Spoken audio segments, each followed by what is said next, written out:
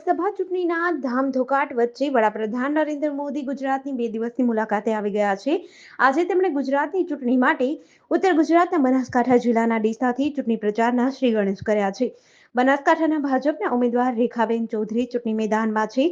PM મોદીએ જાહેર સભાને માં અંબાના જયકારથી સંબોધિત કર્યું હતું. પીએમ મોદીએ કહ્યું કે વર્ષ 2014માં હું પહેલીવાર લોકસભા ચૂંટણી મેદાનમાં આવ્યો ત્યારે કોંગ્રેસના મુદ્દા હતા કે આ ચાવાડો ગુજ્જુ દાળ ભાત ખાનારો શું કરવાનો છે. ચૂંટણીમાં તેઓ મારી મજાક ઉડાવતા હતા, પરંતુ જનતાએ એવો જવાબ આપ્યો કે તે એક સમયે 400 બેઠકો જીતતા હતા, જે હવે 40 પર આવી ગઈ છે. 2019ની ચૂંટણીમાં પણ તેઓ કંઈ પણ શીખ્યા નથી અને ચોકીદાર ચોર છે. મોદી ખૂનની દલાલી કરે છે.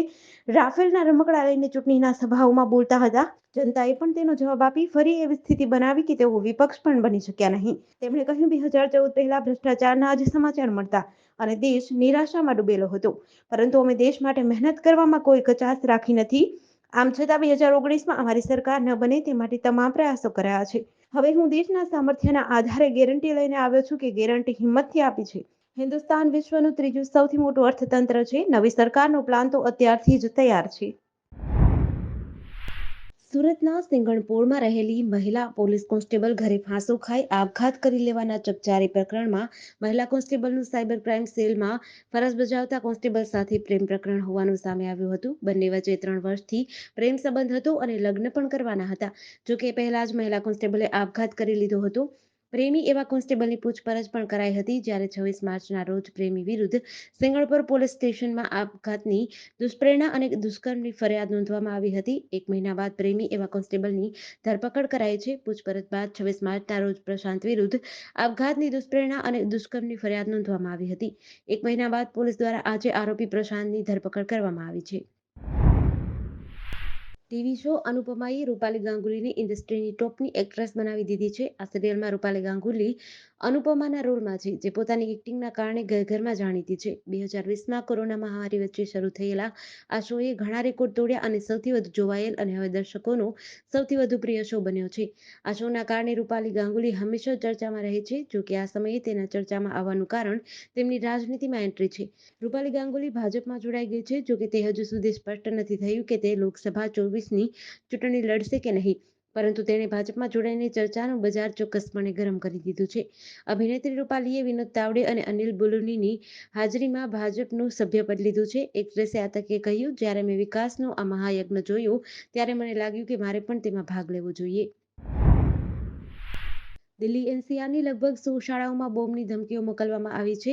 દિલ્હી પોલીસના જણાવ્યા અનુસાર આ ધમકી એ જ ઈમેલથી મોકલવામાં આવી છે.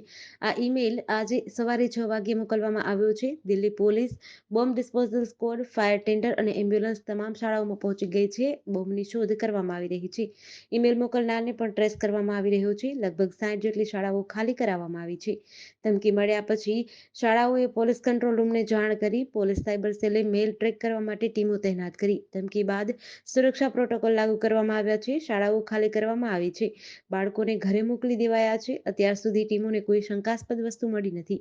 પોલીસ અને વહીવટીતંત્રે માતાપિતાને ચિંતા ન કરવાની સલાહ આપી છે.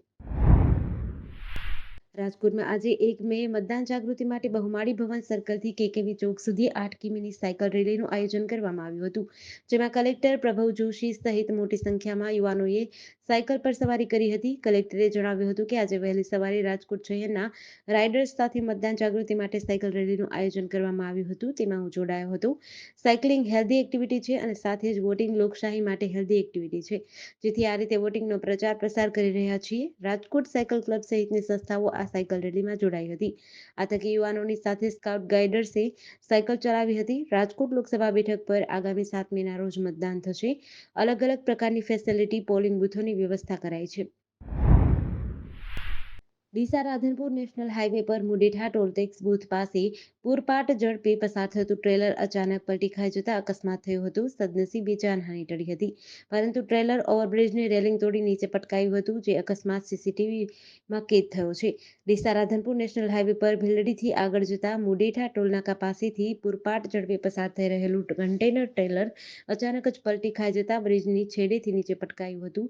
ટ્રેલર પૂરપાટ પસાર થઈ રહ્યું હતું તે સમયે અચાનક વળાંકમાં સામેથી રોંગ સાઈડમાં છકડો રિક્ષા આવી જતા ચાલકે સ્ટીયરિંગ પરથી કાબુ ગુમાવતા અકસ્માત થયો હતો. ટ્રેલર ડિવાઈડરની ગ્રીલ તોડી પલટી ખાઈ ગયું હતું. સદનસીબે સર્વિસ રોડ ઉપર અવરજવર ન હોવાથી મોટી જાનહાનિ ટળી હતી. ત્યારે ડ્રાઈવરને પણ નાની મોટી ઈજાઓ થઈ હતી. જૂનાગઢ ગિરનાર પર્વત પર બનાવેલા આધુનિક રોપવેને ખરાબ હવામાનના કારણે બંધ રાખવામાં આવ્યું છે. ગિરનાર પર્વત પર ભારે પવનના કારણે યાત્રાળુઓની સલામતીને ધ્યાનમાં રાખીને આ નિર્ણય લેવાયો છે. ગિરનાર પર્વત પર હજારોની સંખ્યામાં પ્રવાસીઓ આવતા હોય છે.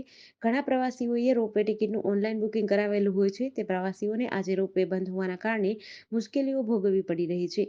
બીજી તરફ જૂનાગઢ, સાસણ, સત્તાધાર, મઢડા અને અન્ય ફરવાલાયક સ્થળો પર પ્રવાસીઓની સંખ્યામાં વધારો જોવા મળે છે. ત્યારે જૂનાગઢમાં આવનાર પ્રવાસી રોપવેની મુલાકાત લેતા હોય છે, પરંતુ આજે રોપવે બંધ હોવાના લીધે અહીં આવનાર પ્રવાસીઓ પણ નિરાશ થઈ પાછા ફરી રહ્યા છે. ત્યારે ઉષા બ્રેકો કંપની દ્વારા જણાવવામાં આવ્યું હતું કે હવામાન યોગ્ય થયા બાદ રોપવેને ફરી શરૂ કરવામાં આવશે.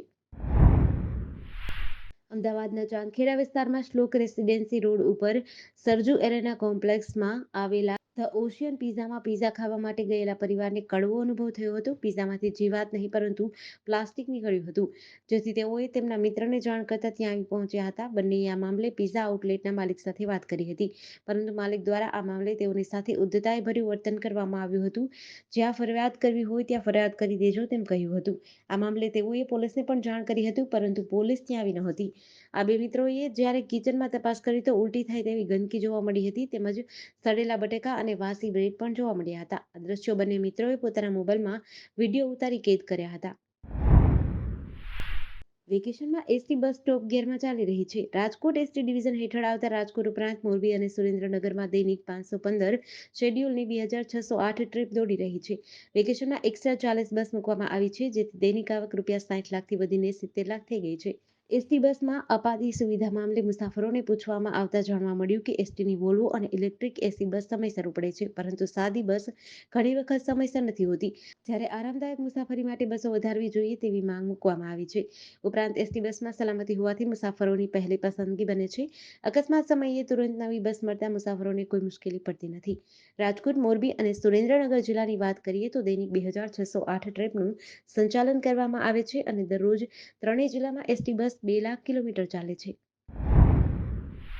વડોદરા શહેર નજીક આજવા રોડ પર આવેલ જોય ઈ-બાઇક બનાવતી કંપનીમાં મોડી રાત્રે આગ લાગી હતી. આગનો કોલ ફાયર વિભાગને મળતા તાત્કાલિક 5 ફાયર સ્ટેશનની 10 ગાડીઓ દોડી આવી હતી. આગ કાબૂમાં આવે તે પહેલા મટીરીયલ બળીને ખાખ થઈ ગયું હતું.